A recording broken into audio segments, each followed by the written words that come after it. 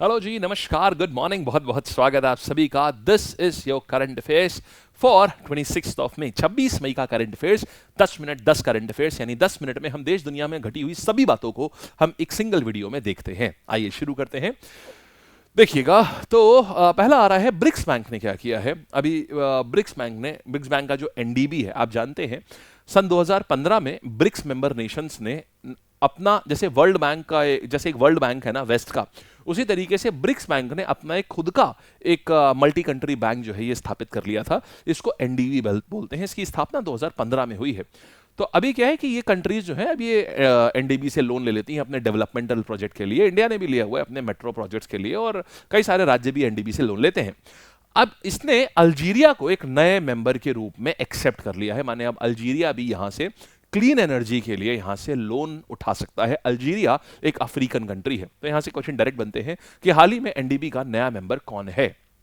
ठीक है, हाल ही में अल्जीरिया का नया मेंबर कौन आया है। तो अभी देखिए, अभी एनडीबी जो है 120 प्रोजेक्ट, $40 बिलियन के प्रोजेक्ट जो है ये अभी तक अप्रूव कर चुका है। फिर देखेंगे एशियाटिक लॉइन पॉपुलेशन गुजरात में बढ़ गई है। आप जानते हैं कि हमारे पास में एशियाटिक लॉइन कौन से नेशनल पार्क में होता है, ये गिर फॉरेस्ट में है ये। तो गिर में हमने पाया 32% बढ़ गई है। बहुत बड़ी बात है कि हम सक्सेसफुली हम अपने प्रोग्राम को रन कर पाए, और इस समय लायंस की पॉपुलेशन 32% बढ़ गई है। हालांकि मेल्स की पॉपुलेशन फीमेल्स की तुलना में आधी है। यहाँ पर लगभग 300 फीमेल्स हैं, लगभग 132 मेल्स हैं यहाँ पर, और उसके बाद कब्ज वगैरह हैं। लेकिन तो देखिएगा यहाँ पर लगभग ये एक 196 मेल्स हैं और 330 फीमेल्स हैं। फिर एक 225 कब्ज हैं, 140 जुवेनाइल्स हैं, मतलब बच्चे हैं। लेकिन बड़ी बात यह है कि 891 थी, यहां पर 891 हो गई है, पहले 674 थी। यानी कुल मिलाकर के ये एक अच्छा खासा इंक्रीज हुआ है। लगभग 3000 लोग इस प्रोसेस में लगे थे टाइगर की काउंटिंग में, और इस प्रोसेस को अब कंप्लीट कर लिया गया है। ठीक है, एंड देखिए एक इसमें भी एक बड़ी चीज आई है। एक बाड़ा वाइल्ड लाइफ सेंचुरी है ये, Barda wild life sanctuary. Barda wild life sanctuary में आपको पता 17 शेर स्पॉट करे गए, और बर्दा वाइल्ड लाइफ सेंचुरी भी है गुजरात में ही। ये लगभग करीब करीब 130 साल बाद ऐसा हो रहा है कि बर्डा वाइल्ड लाइफ, 140 साल बाद ऐसा हो रहा है कि बर्डा वाइल्ड लाइफ सेंचुरी में इतने शेर मिले हैं। ये कंजर्वेशन एफर्ट्स का फायदा है। तो ये इस बार देखो, अब सवाल ऐसे में क्या सवाल बनता है, ऐसे में प्रश्न बनता है कि बर्डा वाइल्ड लाइफ सेंचुरी में, ऐसे में प्रश्न आता है कि बताओ बर्डा वाइल्ड लाइफ सेंचुरी जो है इसमें ये कहां पर है, ये प्रश्न बनेगा इस बार यहां से, अगर वाइल्ड लाइफ सेंचुरी का बना तो। फिर देखिएगा खेलो इंडिया बीच गेम्स। तो यार खेलो इंडिया बीच गेम्स है ये अभी किसने इनॉग्रेट करे हैं ये union sports minister doctor Mansukh Mandaviya, पहले हेल्थ मिनिस्टर हुआ करते थे ये, इन्होंने इसको इनॉग्रेट करा है। स्पोर्ट्स कौन से हैं? बीच सॉकर, बीच वॉलीबॉल, बीच कबड्डी, इस टाइप के ये। और इसमें डेमोन्स्ट्रेशन स्पोर्ट, मतलब जो कोई डेमोन्स्ट्रेशन स्पोर्ट का मतलब होता है डेमो स्पोर्ट है ये। इसमें कोई मेडल नहीं मिलेगा, बस एक डेमोन्स्ट्रेशन के रूप में होता है ये। मलखम और टग ऑफ वॉर, इसको दर्शाया गया था यहां पर। तो खेलो इंडिया स्कीम कब आई थी? 2017 में। अब इसमें क्या क्या होता है? खेलो इंडिया गेम्स, खेलो इंडिया यूथ गेम्स, खेलो इंडिया यूनिवर्सिटी गेम्स, फिर उसके बाद खेलो इंडिया विंटर गेम, और एक और एडिशन क्या दिख रहा है आपको, खेलो India beach game. Just a normal one, ऐसा कोई बहुत खास नहीं है। बस यहां देखना सवाल क्या आ सकता है यहां पर कि ये घोघला बीच कहां पर है। ये घोघला बीच जो है ये कहां पर है? इस क्वेश्चन को मैं आपको लोकेशन तो घोघला बताई है, एक सवाल मैं आपको होमवर्क में देना चाहता हूं। मैं चाहता हूं आप नोट्स पढ़ें। घोघला बीच किस राज्य में है, आपको मुझे यह बताना है। तो खेलो इंडिया गेम्स अभी हाल ही में अगर हम बात करें, खेलो इंडिया गेम्स से जुड़ी हुई खबर क्या है, खेलो इंडिया यूथ गेम्स अभी कहां कंप्लीट हुए थे? ये अभी बिहार में कंप्लीट हुए थे। और एक और चीज मैं आपसे पूछना चाहता हूं कि किस राज्य ने टॉप किया था? क्या महाराष्ट्र ने टॉप किया था? क्या हरियाणा ने टॉप किया था? किस राज्य ने टॉप किया था खेलो इंडिया यूथ गेम्स में, जो अभी अभी बिहार में खत्म हुए हैं? ठीक, चलिए फिर देखिएगा new species of dart frog. Colour देख रहे हैं, ये मात्र इतना बड़ा होता है, 15 mm का होता है। कलर देखिए साहब, पीछे कॉपर कलर का ऐसा स्पॉट, और नेचर में भी कितने खूबसूरत खूबसूरत कलर कॉम्बिनेशंस होते हैं। तो ये डार्ट फ्रॉग है, नई स्पीशीज मिली है, भारत में ही मिली है ये। और भारत कह रहा हूँ, ये अमेजॉन रेन फॉरेस्ट से मिली हुई है, भारत में दूसरी है। एक बटरफ्लाई थी लेकिन मैंने उसको हटा दिया कि सीमिंगली की एग्जाम में शायद इतना ज्यादा डीप नहीं पूछेगा, इसलिए हटा दिया। स्पीशीज का ना एक सवाल आ जाता है, इसलिए मैं आपने देखा होगा ऑफलेट में स्पीशीज को इंक्लूड करने लगा हूं। और ये बड़ी अलग सी है, ये देख रहे हैं, बड़ा सुंदर सा है ये। तो इसको अमेजॉन रेन फॉरेस्ट, यानी कहां पर है अमेजॉन रिवर? साउथ अमेरिका में। साउथ अमेरिका के ये जारुआ रिवर बेसिन ऑफ ब्राजील, यहां पर मिला है। ये न्यूज में क्या करो आप, एक स्पीशीज का अलग कॉलम रखो अपने नोट्स में, और जो भी नई स्पीशीज मिला करे ना उसमें डाल दिया करो ये, और ज्यादा बहुत नहीं देखना होता, बस इसमें नाम देखना होता है और कहाँ मिला है बस, और ये क्या है, ये फ्रॉग है ये की है। फिर देखिएगा गीता समोता, ये इंपॉर्टेंट है, माउंट एवरेस्ट क्लाइंब करी है, कौन है ये? देखिए CISF, central industrial security force, जानते हैं ना, सीआईएसएफ की पहली महिला ऑफिसर है जिन्होंने माउंट एवरेस्ट क्लाइम किया है, तो ये उन्होंने रिकॉर्ड फीट करा है। आज तक किसी भी सीआईएसएफ की महिला ऑफिसर ने कभी भी कोई ये आपका माउंट एवरेस्ट नहीं क्लाइम किया था, लेकिन इन्होंने कर दिया। ना कि सिर्फ माउंट एवरेस्ट, इन्होंने अलग अलग कॉन्टिनेंट्स में अलग अलग पीक्स भी इन्होंने क्लाइम करी हैं। तो ऐसा करने वाली सीआईएसएफ की पहली महिला ऑफिसर है ये। नाम क्या है इनका? गीता समोता। ये हो गया। फिर देखिएगा वर्ल्ड टर्टल डे, ये हम 23 मई को मनाते हैं। देख रहे हैं क्या खूबसूरत है। पानी के अंदर कभी आपको स्नॉर्कलिंग करने का मौका मिले ना, जरूर करिएगा, आपको ये सब सामने सामने दिखाई पड़ेंगे और बहुत खूबसूरत होते हैं। तो वर्ल्ड टर्टल डे है 23 मई को, और इस बार की थीम क्या है, सिर्फ आपको इसमें थीम देखनी है, डांसिंग टर्टल्स रॉक। अगर भारत की बात करें तो भारत में कुल 30 स्पीशीज ऑफ टर्टल पाई जाती हैं, जिसमें से 15 तो सिर्फ उत्तर प्रदेश में है, और उत्तर प्रदेश ने बहुत इंपॉर्टेंट चीजें भी कराई हुई हैं। यूपी ने बहुत इंपॉर्टेंट चीजें भी यहां पर कराई हुई हैं in terms of tiger conservation के लिए। यूपी ने बहुत सारे अपने प्रोग्राम्स भी चलाए हुए हैं। तो ये थीम क्या आ जाएगी इसकी? डांसिंग टर्टल्स रॉक, ये आएगा। 23 मई को होता है ये। 30 टर्टोइज स्पीशीज हैं जो कि जिसमें से 15 उत्तर प्रदेश में ही पाई जाती हैं। तो उत्तर प्रदेश है काफी रिच, हम बात करें टर्टोइज के लिए तो ये काफी रिच हो जाता है। आओ जी आगे बढ़ा जाए, यहां तक देख लिया। Now let's move on to next question. देखिएगा अब हमारे पास क्या आता है, इलेक्शन कमीशन ने maximum voters at the polling station को लिमिट को बहुत कम कर दिया है। ये एक अपने आप में बहुत बड़ी न्यूज है। कैसे, ये समझो। देखो पहले क्या होता था और इससे फायदा क्या होगा।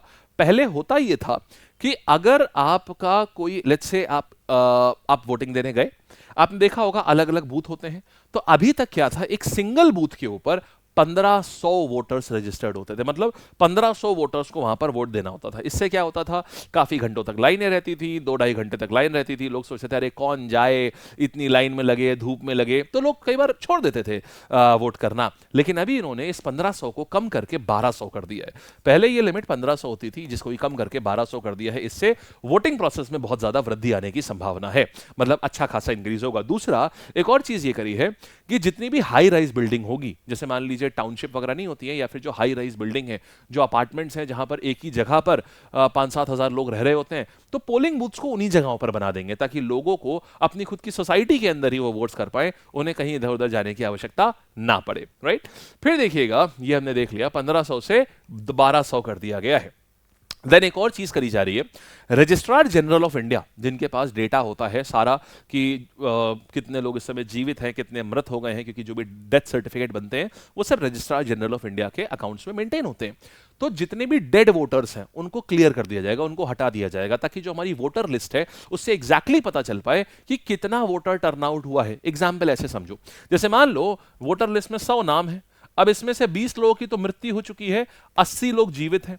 अब 80 लोगों में क्या हुआ, मान लो 56 लोग वोट देने आए, तो अभी तक क्या होता है देखते हैं कि 100 में से 56 लोग वोट देने आए, यानी वोटर टर्नआउट परसेंटेज कितना बोलेंगे, 56% बोलेंगे। जबकि देखा जाए तो 80 में से देने आए हैं ना 56 लोग, तो यहां तो वोटर टर्नआउट परसेंट 70% हो गया। तो 70% एक बहुत अच्छा वोटर टर्नआउट परसेंटेज होता है। लेकिन क्योंकि हमने अभी तक डेड लोगों को भी उसी वोटर लिस्ट में रखा हुआ है, इसलिए ये नंबर कभी एग्जैक्टली पता नहीं चल पाता है कि कितने में से कितने, हमेशा टोटल में से निकालते हैं। तो देखो आपको रीजन समझ आ गया ना, तो ये भी इस बार से करेंगे।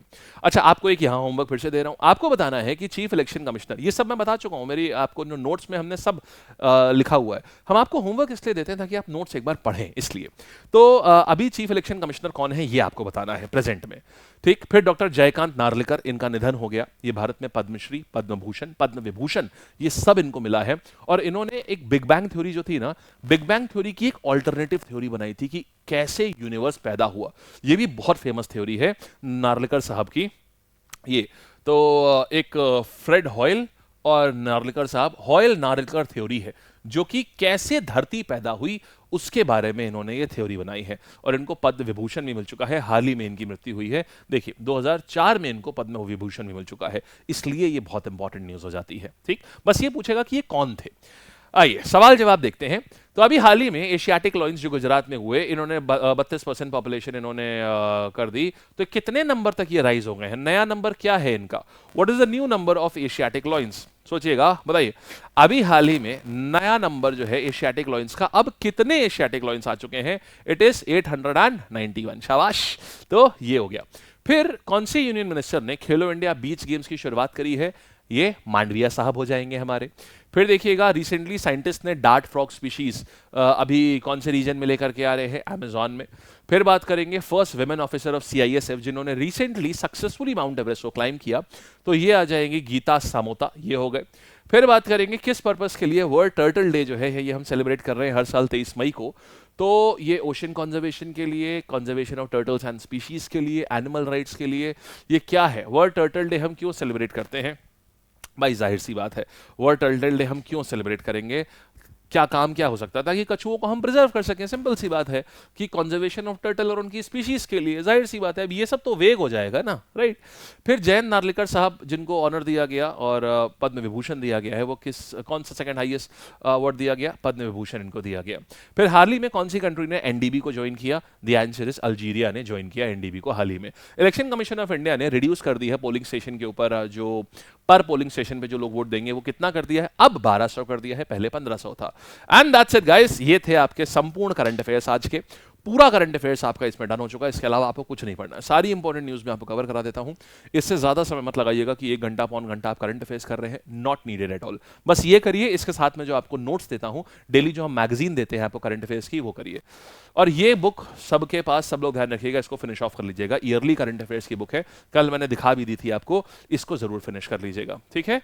देखो, तो ये आ गया, यहां पर आता है, ये है लैब की ऐप, यहां पर आप इसको ओपन करोगे, यहां करंट अफेयर्स का टैब है और आप इसको कर सकते हो। ठीक, बस अब हम लोग चलते हैं। और मैं आपको ये बता दूं न, जो दिस वन क्या बता रहा था, हाँ बता तो दिया सब, ठीक है, बढ़िया, डन हो गया भाई। चलिए 9 बजे मिलते हैं। अच्छा, आज एक और बात बता दूं यार, आज ना बुक्स एंड ऑथर्स कराऊंगा मैं, और आज का सेशन ना मोर ऑफ अ स्ट्रैटेजी होगा, मतलब एक एनालिसिस होगा, स्ट्रैटेजी तो नहीं कहूंगा मैं, बहुत डीप एनालिसिस है। हमने 2020 से लेकर के 25 तक सारे जितने भी बुक्स एंड ऑथर्स के सबको निकाला, और उसके बाद एक एनालिसिस किया कि ये सवाल मुख्यतः कहां से पूछे गए हैं। उसका पूरा एनालिसिस करने के बाद बड़ी इंटरेस्टिंग इनसाइट सामने आई है। तो आज मैं आपको पूरा वो एनालिसिस इनसाइट्स जो है आज के 9 बजे के सेशन में दूंगा। उससे क्या है, आपका जितना भी अभी 2 महीने है ना, आप समझ लो 15 दिन में बुक्स एंड ऑथर्स को खत्म कर दोगे, मतलब नेस्तो नाबूद कर दोगे। आपकी प्रॉब्लम ही खत्म हो जाएगी फिर बुक्स एंड ऑथर्स की, ठीक है? तो ये सेशन आज सुबह अभी 9 बजे है, लाइव है, जरूर से अटेंड करना, बहुत इंटरेस्टिंग इनसाइट्स, ठीक है? चलिए, all the best, bye bye, take care.